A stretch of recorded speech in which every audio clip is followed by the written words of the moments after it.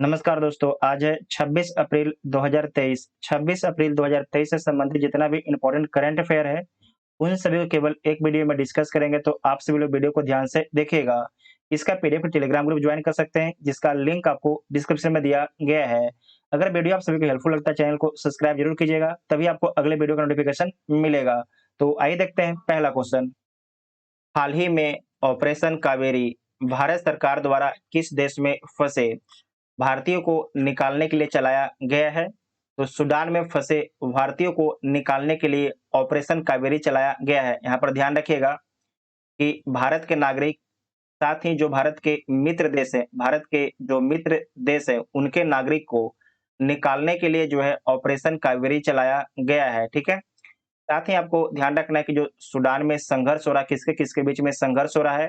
तो सेना और अर्धसैनिक रैपिड सपोर्ट फ़ोर्स के बीच में संघर्ष हो रहा है। जैसे कि समझिएगा, भारत में आपके सेना है और सेंट्रल रिज़र्व पुलिस फ़ोर्स है। उसी प्रकार से सूडान में भी जो है सेना और अर्धसैनिक रैपिड फ़ोर्स है। इन दोनों के रैपिड सपोर्ट फ़ोर्स है, इन दोनों के बीच में आपके संघर्ष हो रहा है। ठीक है। मेनली जो संघर्ष हो रहा है, देखिए पावर के लिए ही संघर्ष हो रहा है। तो जो ऑपरेशन कावेरी है, इसके माध्यम से भारत का एक जहाज है सुमेधा, याद रखिएगा सुमेधा, ये आपके पोर्ट सूडान पर गया है। यहाँ से जो भारतीय नागरिक हैं, भारत के करीब 4 से 5,000 नागरिक जो हैं, ये आपके सूडान में फँसे हुए हैं। तो उन नागरिकों को निकाल के जो है, ये आपके जहाज, जो सुमेधा जहाज है, ये आपके सऊदी अरब के जेड्डा पोर्ट पर लाएगा। और जो भारतीय नागरिक हैं, जेड्डा पोर्ट से इन्हें जो है आपके इंडियन एयर फोर्स C-130 जे विमान के माध्यम से इन्हें भारत लाया जाएगा। इतना आपको ध्यान में रखना है। तो ऑपरेशन कावेरी जो है, सूडान में फँसे भारतीयों को निकालने के लिए चलाया गया है। ठीक है? ये आपके सूडान है। लोकेशन देख लीजिएगा, ये आपके सूडान है और इसकी सीमा जो है Egypt, Libya, Chad, Central African Republic, South Sudan, उसके बाद है इथियोपिया, इरिट्रिया, इन सभी देशों से जो है सूडान की सीमा लगता है और उसके बाद समुद्र में जो है रेड सी से सीमा लगता है। एक बार आप देख लीजिए ऑपरेशन पहले कौन-कौन सा ऑपरेशन चलाया गया है। देवी शक्ति जो ऑपरेशन है, अफ़गानिस्तान में फँसे भारतीयों को निकालने के लिए चलाया गया था। ऑपरेशन गंगा हाल ही में जो है यूक्रेन में फँसे भारतीयों को निकालने के लिए चलाया गया है। ऑपरेशन अलर्ट सीमा सुरक्षा बल के द्वारा जो है भारत-पाकिस्तान सीमा पर सुरक्षा बढ़ाने के लिए चलाया गया है। ऑपरेशन दोस्त भारत सरकार के द्वारा जो है भूकंप प्रभावित तुर्की और सीरिया के मदद के लिए चलाया गया है। तुर्की और सीरिया की मदद के लिए चलाया गया था। वेरी वेरी इंपॉर्टेंट पॉइंट है। ऑपरेशन गरुड़ सीबीआई ने जो है ड्रग्स नेटवर्क को खत्म करने के लिए चलाया है। ऑपरेशन मेघचक्र सीबीआई ने चाइल्ड पोर्नोग्राफी सर्कुलेट करने वालों लोगों का पता लगाने के लिए चलाया है। ऑपरेशन नार्कोस रेलवे सुरक्षा बल द्वारा रेल के माध्यम से नशीले पदार्थों की तस्करी रोकने के लिए चलाया गया है। ऑपरेशन मिशन अमानत भारतीय रेलवे द्वारा यात्रियों के खोए हुए सामान के ट्रैकिंग हेतु चलाया गया है। ऑपरेशन ओलिविया ये क्या है? तो भारतीय तटरक्षक बल द्वारा उड़ीसा के ओलिव रिडले कछुओं को बचाने के लिए चलाया गया है। किसके द्वारा चलाया गया है? तो भारतीय तटरक्षक बल के द्वारा चलाया गया है। उसके बाद है ऑपरेशन सर्द हवा। जो ऑपरेशन सर्द हवा है, सीमा सुरक्षा बल के द्वारा चलाया गया है। राजस्थान के पश्चिमी अंतर्राष्ट्रीय सीमा पर घुसपैठ की घटनाओं को रोकने के लिए। ऑपरेशन ग्रीन केंद्र सरकार के द्वारा चलाया गया है। टमाटर, प्याज तथा आलू के अतिरिक्त जल्द नष्ट होने वाले 22 और कृषि उत्पादों को शामिल करने हेतु चलाया गया है ऑपरेशन ग्रीन। इस बात को ध्यान में रखिएगा। ये आपके अफ्रीका है, आप यहाँ पर सूडान देख चुके हैं। यहाँ पर देखिए आपको लेक विक्टोरिया दिख रहा होगा, ठीक है? लेक विक्टोरिया से एक नदी निकलती है, याद रखिएगा नील नदी। जो नील नदी है, इसका निर्माण जो है व्हाइट नील और ब्लू नील नदी के मिलने से जो है इसका निर्माण होता है नील नदी का, ठीक है? ध्यान रखिएगा व्हाइट नील और ब्लू नील के मिलने से जो है नील नदी का निर्माण होता है। कहाँ पर? तो खार्तूम के पास में होता है, ठीक है? खार्तूम के पास में होता है। जो सूडान है, इसकी राजधानी कहाँ पर है? तो सूडान की राजधानी आपके खार्तूम है। यहाँ पर देखिए आपकी नील नदी है। साथ ही आपको ध्यान रखना है कि नील नदी पर एक बांध है, आसवान बांध। आसवान बांध किस देश में है? तो मिस्र देश में, ठीक है? इजिप्ट देश में है आसवान बांध। उसके बाद आपको याद रखना है कि जो विक्टोरिया झील है, ठीक है? विक्टोरिया झील विक्टोरिया झील के ऊपर से जो इक्वेटर गुजरता है। उसके बाद ये भी याद रखना है, नीचे आइएगा, नीचे में एक नदी है, लिम्पोपो नदी, ठीक है? लिम्पोपो नदी को 2 बार कौन-सी रेखा काटती है? तो मकर रेखा 2 बार काटती है। जबकि कांगो रिवर को 2 बार कौन-सी रेखा काटती है? तो विषुवत रेखा 2 बार काटती है, विषुवत रेखा 2 बार काटती है। उसके बाद ऊपर आइएगा, कर्क रेखा, ठीक है? कर्क रेखा भारत में जो है माही नदी को 2 बार काटती है। कर्क रेखा भारत में माही नदी को 2 बार काटती है। साथ ही एक पॉइंट आपको ये भी याद रखना है कि कर्क रेखा, विषुवत रेखा और मकर रेखा, ये तीनों रेखा जो है केवल किस एक महाद्वीप से होकर गुजरता है? तो अफ्रीका महाद्वीप से होकर गुजरता है, इतना आपको याद रखना है, ठीक है? उसके बाद आपको याद रखना है कि जो सहारा डेजर्ट है, पूरे दुनिया का सबसे बड़ा डेजर्ट है, ये कहाँ पर स्थित है? तो आपके अफ्रीका में स्थित है, ठीक है? नॉर्थ अफ्रीका में स्थित है। उसके बाद जो एटलस माउंटेन है, ये कहाँ पर है? तो ये भी आपके अफ्रीका में है। उसके बाद यहाँ पर देखिएगा इजिप्ट है, ठीक है? इजिप्ट है और आपको याद रखना है कि एक स्वेज नहर है, ठीक है? स्वेज नहर, इसका राष्ट्रीयकरण कब किया गया था मिस्र के द्वारा? तो 1956 में किया गया, 1956 में इसका राष्ट्रीयकरण किया गया था। और यहाँ पर देखिए ये आपके सिनाई पेनिनसुला है, जो सिनाई प्रायद्वीप है किसका है? तो इजिप्ट का आपके सिनाई पेनिनसुला है, इतना आपको याद रखना है। उसके बाद घास के मैदान के बारे में यहाँ पर याद रखिएगा कि आपके यहाँ पर देखिए, ये आपके साउथ अफ्रीका है, ठीक है? साउथ अफ्रीका में एक घास पाया जाता है जिसका नाम है वेल्ड, ठीक है? उसके बाद यहाँ पर लिख देते हैं सारे घास के मैदान। यूएसए, अमेरिका में कौन से घास का मैदान पाया जाता है? तो प्रेरी पाया जाता है, ठीक है? प्रेरी घास का मैदान आपकी अमेरिका में पाया जाता है। उसके बाद पुछताछ है, ठीक है? पुछताछ,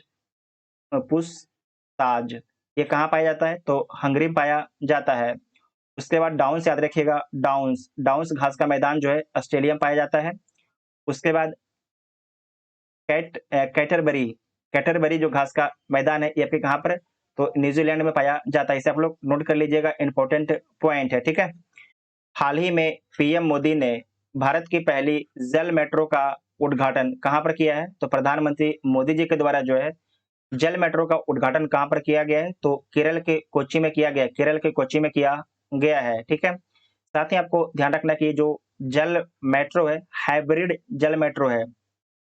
हाइब्रिड हाइब्रिड हाइब्रिड जल मेट्रो, इसका मतलब क्या है कि यहाँ पर समझिएगा कि जो आपके ये मेट्रो है, ये आपके नाव देख रहे हैं, इसे मेट्रो बोला गया है। तो इसमें जो है आपके सौर ऊर्जा से भी आपकी ऊर्जा मिलेगा और साथ ही इसे जो है डीजल से भी ऊर्जा मिलेगा, ठीक है?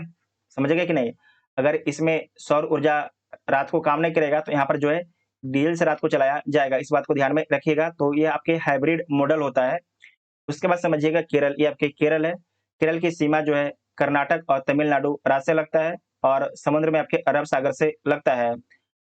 राजधानी तिरुवनंतपुरम है, मुख्यमंत्री पिनराई विजयन है, राज्यपाल आरिफ मोहम्मद खान है, लोकसभा में 20 सीट, राज्यसभा में 9 सीट, विधानसभा में 140 सीट है। भारत की सबसे लंबी जो झील है, वेम्बनाड झील है। और आपको याद रखना है कि जो अष्टमुडी झील भी आपके केरल में स्थित है। एनजीटी ने 10 करोड़ का जुर्माना केरल पर लगाया है। केरल का सर्वोच्च नागरिक सम्मान एमटी वासुदेवन को दिया गया है। जल बजट अपनाने वाला प्रथम राज्य आपके केरल है। पूरे राज्य में सोने की एक कीमत लागू करने वाला पहला राज्य आपके केरल है। साथ ही आपको याद रखना है कि भारत का पहला रेल मेट्रो कब प्रारंभ हुआ था? तो 1984 में प्रारंभ हुआ था, कोलकाता में प्रारंभ हुआ था। भारत का पहला जल भारत का पहला जल के नीचे रेल मेट्रो आपके कहाँ पर शुरू हुआ है? तो आपको याद रखना है कि कोलकाता में शुरू हुआ है, इसका ट्रायल कर लिया गया है। उसके बाद है कि भारत का पहला जल मेट्रो आपके केरल के कोचीन में चला है। इसका उद्घाटन प्रधानमंत्री मोदी जी के द्वारा किया गया है। नेक्स्ट है कि एशियन इंफ्रास्ट्रक्चर इन्वेस्टमेंट बैंक अपनी पहली विदेशी कार्यालय कहाँ पर खोलेगा? तो कहाँ पर खोलेगा? अबू धाबी में खोला गया, अबू धाबी में खोलेगा। ये किस देश में है? तो यूएई में है, ठीक है? सऊदी अरब अमीरात देश में है। साथ ही आपको याद रखना है कि यूएई के जो है सबसे आबादी वाला शहर कौन है? तो दुबई है। आपको याद रखना है कि दुबई जो है यूएई की राजधानी नहीं है, एक शहर है जो बहुत ही फेमस है। और इसका उद्देश्य क्या है? इसका उद्देश्य है कि एशिया प्रशांत क्षेत्र में बुनियादी ढांचे के निर्माण के लिए ऋण प्रदान करना जो है एशियन इंफ्रास्ट्रक्चर इन्वेस्टमेंट बैंक का उद्देश्य है। और इसकी स्थापना कब होता है? तो 2016 में इसकी स्थापना होता है। और इसका हेडक्वार्टर कहाँ पर है? तो बीजिंग में इसका हेडक्वार्टर है, ठीक है? चीन के बीजिंग में इसका हेडक्वार्टर है। तो इतना आपको याद रखना है। यहाँ पर देखिए ये आपके है सऊदी अरब अमीरात है, ठीक है? और इसी में आपके जो है यहाँ पर अबू धाबी है उसके बाद और भी कंट्री के बारे में यहाँ पर देख लीजिएगा। ये आपके सऊदी अरबिया है, ये आपके इराक है, ये आपके ईरान है, यहाँ पर देखिए ये कुवैत है, ये बहरीन है, ये आपके कतर है। कतर में ही फीफा का आयोजन किया गया था। 2022 का जो फीफा हुआ था, इसका आयोजन कहाँ पर किया गया था? तो कतर में किया गया था। इसका विजेता कौन था? तो अर्जेंटीना इसका विजेता था, ठीक है? अर्जेंटीना इसका विजेता था। और उपविजेता कौन था? तो फ्रांस इसका आपके उपविजेता था। गोल्डन बॉल किसे दिया गया था? तो लियोनेल मेसी को दिया गया था, मेसी को दिया गया था। और गोल्डन बॉल हो गया। गोल्डन बूट किसे दिया गया था? तो एम्बापे को दिया गया था, एम्बापे को दिया गया था, एम्बापे को दिया गया था। इनका संबंध आपके फ्रांस से है, जबकि जो मेसी है इनका संबंध आपके अर्जेंटीना से है। साथ ही आपको ध्यान रखना कि जो कोप 28 है ये कहाँ पर होगा? तो सऊदी अरब अमीरात में होगा, ठीक है? सऊदी अरब अमीरात में जो है कोप 28 होगा। कोप 27 कहाँ पर हुआ था? तो कोप 27 जो आपके इजिप्ट में हुआ था, इजिप्ट में हुआ था। तो इतना आपको याद रखना है। साथ ही आपको याद रखना कि ये आपके पर्शियन गल्फ है। और भारत का एक आपके बंदरगाह है, इसे नोट कीजिएगा, चबाहार बंदरगाह कहाँ पर स्थित है? तो ईरान में स्थित है चबाहार बंदरगाह। ओमान की खाड़ी में स्थित है, ओमान की खाड़ी में स्थित है, इसे नोट कर लीजिएगा, इंपॉर्टेंट पॉइंट है। भारत के द्वारा विकसित पहली मंगोलियाई तेल रिफाइनरी का निर्माण कब तक पूरा कर लिया जाएगा? तो पहली जो तेल रिफाइनरी है इसका निर्माण 2025 तक पूरा कर लिया जाएगा। ये रिफाइनरी कहाँ पर बन रहा है? तो मंगोलिया के राजधानी उलान बटार में बन रहा है। साथ ही आपको ध्यान रखना कि इसका जो पहला फेज है ये 2023 में ही शुरू हो जाएगा, दिसंबर के आसपास। लेकिन जो इसके सारे फेज है ये 2025 में चालू हो जाएगा। इसे भारत के द्वारा डेवलप किया जा रहा है। साथ ही आपको याद रखना कि भारत के द्वारा जो है मंगोलिया को इसे विकसित करने के लिए $1.2 बिलियन का सॉफ्ट लोन दिया गया है। सॉफ्ट लोन क्या होता है? कम दरों पर लोन दिया है भारत सरकार ने, किसे? मंगोलिया को। कितना दिया है? तो $1.2 बिलियन दिया है। आप मंगोलिया को देख लीजिए मैप में, ये आपके मंगोलिया है। इसकी सीमा आपके रसिया और चाइना से इसकी सीमा लगता है, ठीक है? राजधानी उलान बटार है, मुद्रा तगरिक है, प्रधानमंत्री एर्डिन है, प्रधानमंत्री एर्डिन है। साथ ही आपको याद रखना है कि जो गोबी मरुस्थल है इसके बारे में याद रखिएगा। जो गोबी मरुस्थल है इसका विस्तार आपके चाइना और मंगोलिया दोनों देशों में है। और आपको याद रखना है कि जो गोबी मरुस्थल है कि ये आपके ठंडा मरुस्थल है, ठीक है? याद रखिएगा कि ठंडा मरुस्थल आपसे एग्जाम में पूछा जाता है, ठीक है? पूरे दुनिया में सबसे बड़ा मरुस्थल कौन है? तो सहारा मरुस्थल है। अभी आप देख चुके हैं कि कहाँ पर है, तो अफ्रीका में स्थित है। विश्व मलेरिया दिवस 2023 कब मनाया गया है? तो विश्व मलेरिया दिवस 2023 जो है 25 अप्रैल को मनाया गया है। मलेरिया को नियंत्रित करने के वैश्विक प्रयासों को मान्यता देने के लिए प्रत्येक वर्ष जो है 25 अप्रैल को विश्व मलेरिया दिवस मनाया जाता है। 2023 का थीम क्या है? तो शून्य मलेरिया देने का समय, निवेश, नवाचार और कार्यान्वयन। मलेरिया संक्रमित मादा इन्फ्लुएंजा मच्छर के काटने से फैलने वाला जो है परजीवी के कारण होने वाला एक बीमारी है, इसे याद रखिएगा। और भारत सरकार का उद्देश्य है कि मलेरिया को जो है 2030 तक भारत से समाप्त कर देना भारत सरकार का उद्देश्य है। 6 अप्रैल को अंतर्राष्ट्रीय खेल दिवस मनाया गया है। 7 अप्रैल को विश्व स्वास्थ्य दिवस मनाया गया है। 13 अप्रैल को जलियांवाला बाग हत्याकांड दिवस। 14 अप्रैल को समानता दिवस। 16 अप्रैल को हाथी बचाओ दिवस। एलिफेंट प्रोजेक्ट कब शुरू किया गया था? तो 1992 में शुरू किया गया था। इसका 30 साल पूरा हो गया है, ठीक है? जबकि टाइगर प्रोजेक्ट जो है, टाइगर प्रोजेक्ट कब शुरू किया गया था? तो 1973 में शुरू किया गया था। इसका आपके 50 वर्ष पूरा हो गया है। भारत में कितने टाइगर हैं? तो भारत में 3167 आपके टाइगर हैं। उसके बाद है 17 अप्रैल को जो है विश्व हेमोफीलिया दिवस मनाया गया है। 18 अप्रैल को विश्व धरोहर दिवस मनाया गया है। 19 अप्रैल को विश्व लीवर दिवस। 21 अप्रैल को सिविल सेवा दिवस। 22 अप्रैल को पृथ्वी दिवस। और इसका थीम क्या है? तो हमारे ग्रह में निवेश। इसे वीवीए पॉइंट मार्क कीजिएगा, आपसे पूछा जा सकता है। 24 अप्रैल को पंचायती राज दिवस। 25 अप्रैल को अंतर्राष्ट्रीय प्रतिनिधि दिवस और विश्व मलेरिया दिवस मनाया गया है। हाल ही में आरबीआई ने कितने बैंकों पर विभिन्न मापदंडों का उल्लंघन करने के कारण जो है 44 लाख रुपए का जुर्माना लगाया गया है? तो कितने बैंकों पर लगाया गया है? तो आपको याद रखना कि 4 बैंकों पर लगाया गया है, ठीक है? 4 बैंकों पर लगाया गया है। कौन-कौन से बैंक पर लगाया गया है? तो Tamil Nadu state apex corporation bank, इस पर 16 लाख का जुर्माना लगाया गया है। मुंबई मर्केंटाइल कोऑपरेटिव बैंक पर 13 लाख का जुर्माना लगाया गया है। जनता सहकारी बैंक, ये पुणे में स्थित है, इस पर 13 लाख का जुर्माना लगाया गया है। जबकि वरन नागरिक सहकारी बैंक, ये राजस्थान का बैंक है, इस पर आपके 2 लाख का जुर्माना लगाया गया है, इतना आपको याद रखना है। उसके बाद समझिएगा आरबीआई के बारे में। आरबीआई इसका फुल फॉर्म होता है रिजर्व बैंक ऑफ इंडिया, इसका फुल फॉर्म होता है और इसकी स्थापना जो है हिल्टन आयोग की सिफारिश पर 1 अप्रैल 1935 में किया गया था, ठीक है। और किस एक्ट के माध्यम से किया गया है? तो 1934 के एक्ट के माध्यम से किया गया है। इसका मुख्यालय कहाँ पर है? तो मुंबई में इसका मुख्यालय, शुरुआत में इसका मुख्यालय आपके कोलकाता था, ठीक है। कोलकाता इसका मुख्यालय था। इसे 1937 में जो है इसका मुख्यालय को मुंबई ट्रांसफर कर दिया गया है। राष्ट्रीयकरण कब होता है? तो 1/1/1949 को इसका राष्ट्रीयकरण होता है। वर्तमान में आरबीआई के गवर्नर कौन है? तो शक्तिकांत दास है। और आरबीआई के पहला गवर्नर कौन थे? तो सर ओसबॉर्न स्मिथ थे। प्रथम भारतीय गवर्नर कौन थे? तो सीडी देशमुख थे। और वर्तमान में देख चुके हैं शक्तिकांत दास हैं, ये 25वें नंबर के हैं। उसके बाद है कि भारत की वित्त मंत्री कौन है? निर्मला सीतारमन भारत के वित्त मंत्री हैं। हाल ही में लगातार दूसरा बार्सिलोना खिताब किसके द्वारा जीता गया है? तो दूसरा बार्सिलोना खिताब कार्लोस अल्कराज के द्वारा जीता गया है। इनका संबंध स्पेन से किसे हराकर जीतते हैं? तो स्टेफानोस सितसिपास को हराकर जीतते हैं। स्टेफानोस सितसिपास को हराकर जीतते हैं। इनका संबंध आपके ग्रीस से इनका संबंध है। उसके बाद समझिएगा ग्रैंड स्लैम के बारे में, ठीक है। तो सबसे पहले कौन होता है? तो ऑस्ट्रेलियन ग्रैंड स्लैम होता है। उसके बाद फ्रेंच होता है, फ्रेंच के बाद विंबलडन और उसके बाद यूएसए होता है। तो 2023 का जो फ्रेंच किसके द्वारा जीता गया है? तो आपके जीता गया है नोवाक जोकोविच के द्वारा जीता गया है, ठीक है। नोवाक जोकोविच के द्वारा जीता गया है। 2022 का जो है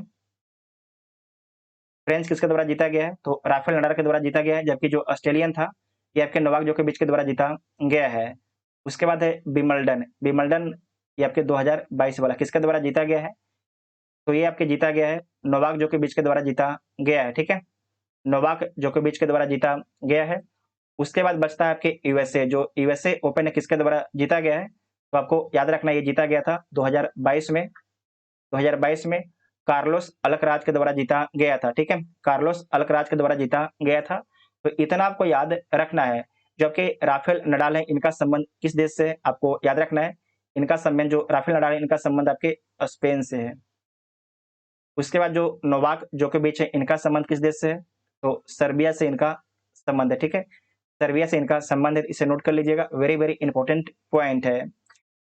इसके बाद है कि पिछले वीडियो में पूछे गए प्रश्न का आंसर देख लीजिए। हाल ही में स्टार स्पोर्ट्स के नए ब्रांड एम्बेसडर कौन बने हैं? तो ऋषभ पंत बने हैं, ठीक है। ऋषभ पंत बने हैं। जबकि जियो सिनेमा के रोहित शर्मा बने हैं। इस प्रश्न का उत्तर आप सभी को कमेंट बॉक्स में देना है, तो आप सभी लोग इसके बारे में जरूर कमेंट बॉक्स में लिखिएगा। देखिए जो माइक का समस्या है अब सोल्व हो गया है, ठीक है। कल दिन भर हमें इसके लिए परेशान होना पड़ा, लेकिन फाइनली हमने माइक नया खरीद लिया। जो आपको आज आवाज में पता भी चल रहा होगा कि आज के आवाज में जो है कोई आपका टीस नहीं होगा, ठीक है। क्योंकि उस आवाज में टीस था पहले के आवाज में, अब एकदम सिंपल आवाज होगा। जो मेरा ओरिजिनल वॉइस है उसी में आपको आवाज दिख रहा होगा, ठीक है। अगर वीडियो आप सभी को हेल्पफुल लगता है चैनल को सब्सक्राइब कीजिएगा और वीडियो अपने दोस्तों में शेयर जरूर कीजिएगा। Thank you.